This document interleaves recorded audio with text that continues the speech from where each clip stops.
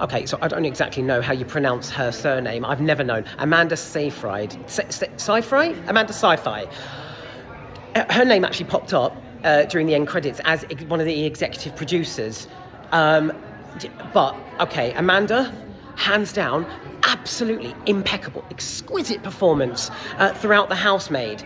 Seriously, she was the main reason worth watching it for. Sort of gripping moments, the intensity and plot twists aside, she is absolutely brilliant. So when Sydney Sweeney's character turns up at Mr. and Mrs. Winchester's massive, gorgeous home to be the housemaid, it's clear that there's something not quite right.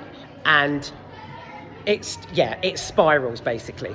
I don't really know how to explain this movie without giving any of it away. It's very well done. I mean, I'm not saying it's fresh and original because it's based on a book, but it's the plot twists and the sort of the relationship links between the characters are spot on.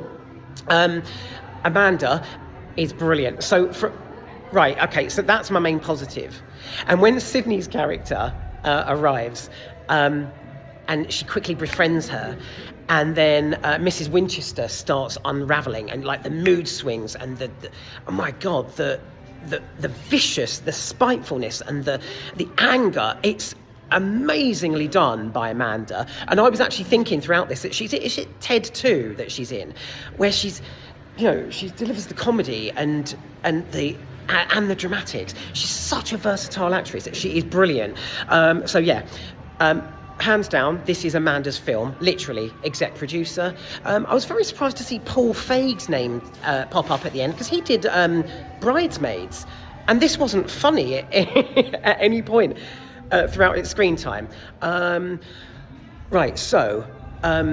It's grisly and it's gritty in parts, quite gruesome, but Brandon fucking hell. So as well as Amanda's surname, I can't pronounce his surname either. Brendan Sklelar? Okay, Amanda Sci-Fi and Brandon Skeleton. They're great. The level of the intensity and the dramatics are brilliant. The plot twist towards the end is definitely worth sticking around for, and in the end it is quite witty. So those are your decent bits. I can't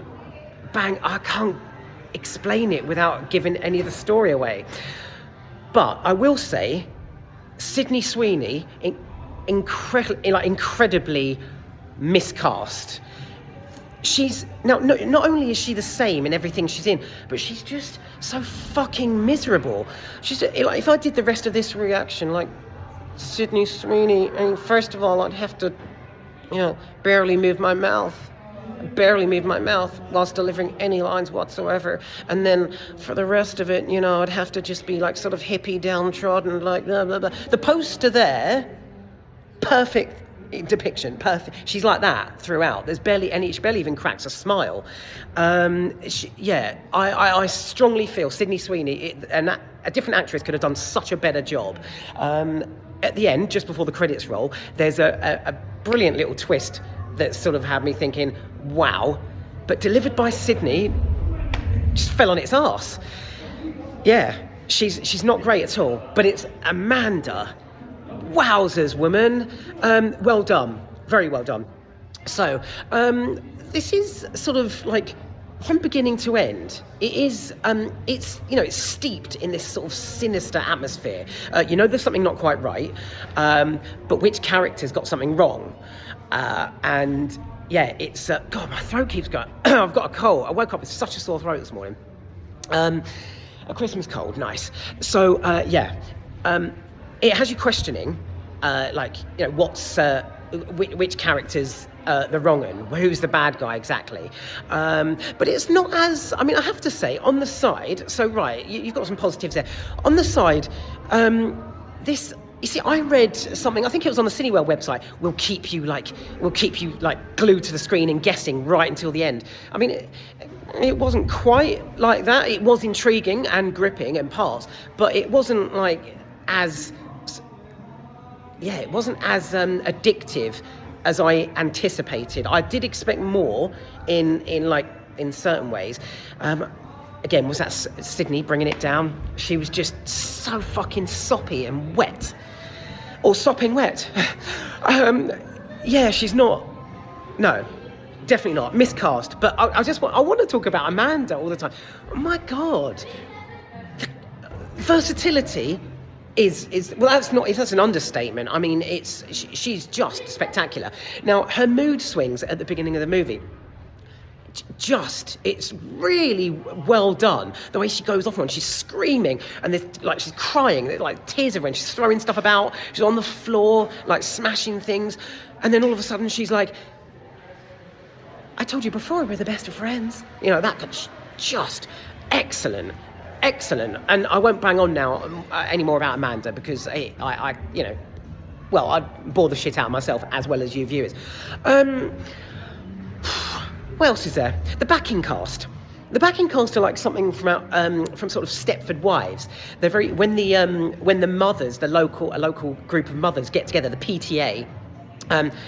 They're all very like, oh, your husband's so handsome. Oh my God, he's so successful. Your house is beautiful. Oh my God, this is like a twisted.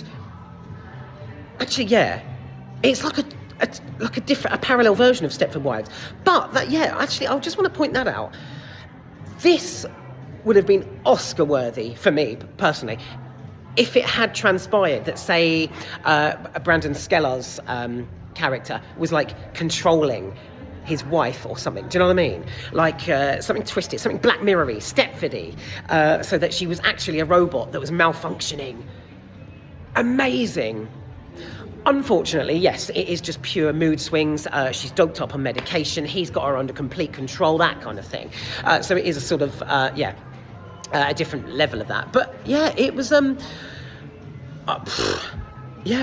don't know. Can I say anything else? There are moments of humour that are balanced nicely with the mood swings and the sort of like the psychological aspect, because that's another thing. There's a lot of gaslighting going on in The Housemaid, and it's twisted. If you're into real psychological feats, look no further. Absolutely look no further. Oh, and if you want to see this guy almost completely naked.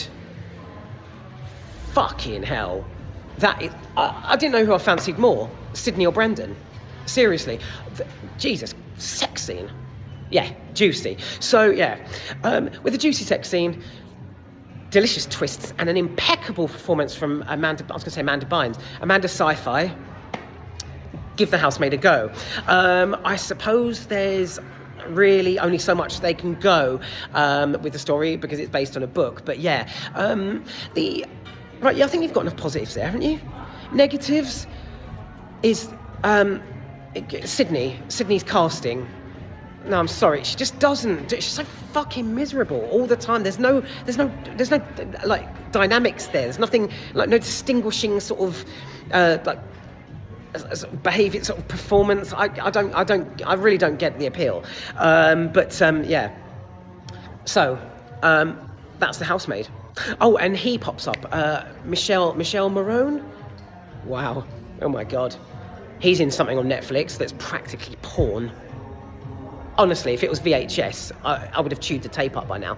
But he's not in it a lot. If you're a fan of him, he's barely in it. So otherwise,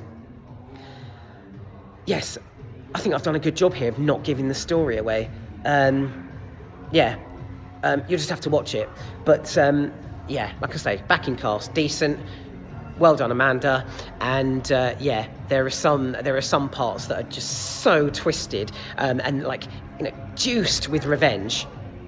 But, it's nicely gripping. But Paul Feig, Bridesmaids, I got none of that. Perhaps that's why it wasn't as epic as I'd anticipated, because it was done by, like, a guy has a hand in comedy and stuff. I don't know. Anyway... Oh, it was either this or SpongeBob.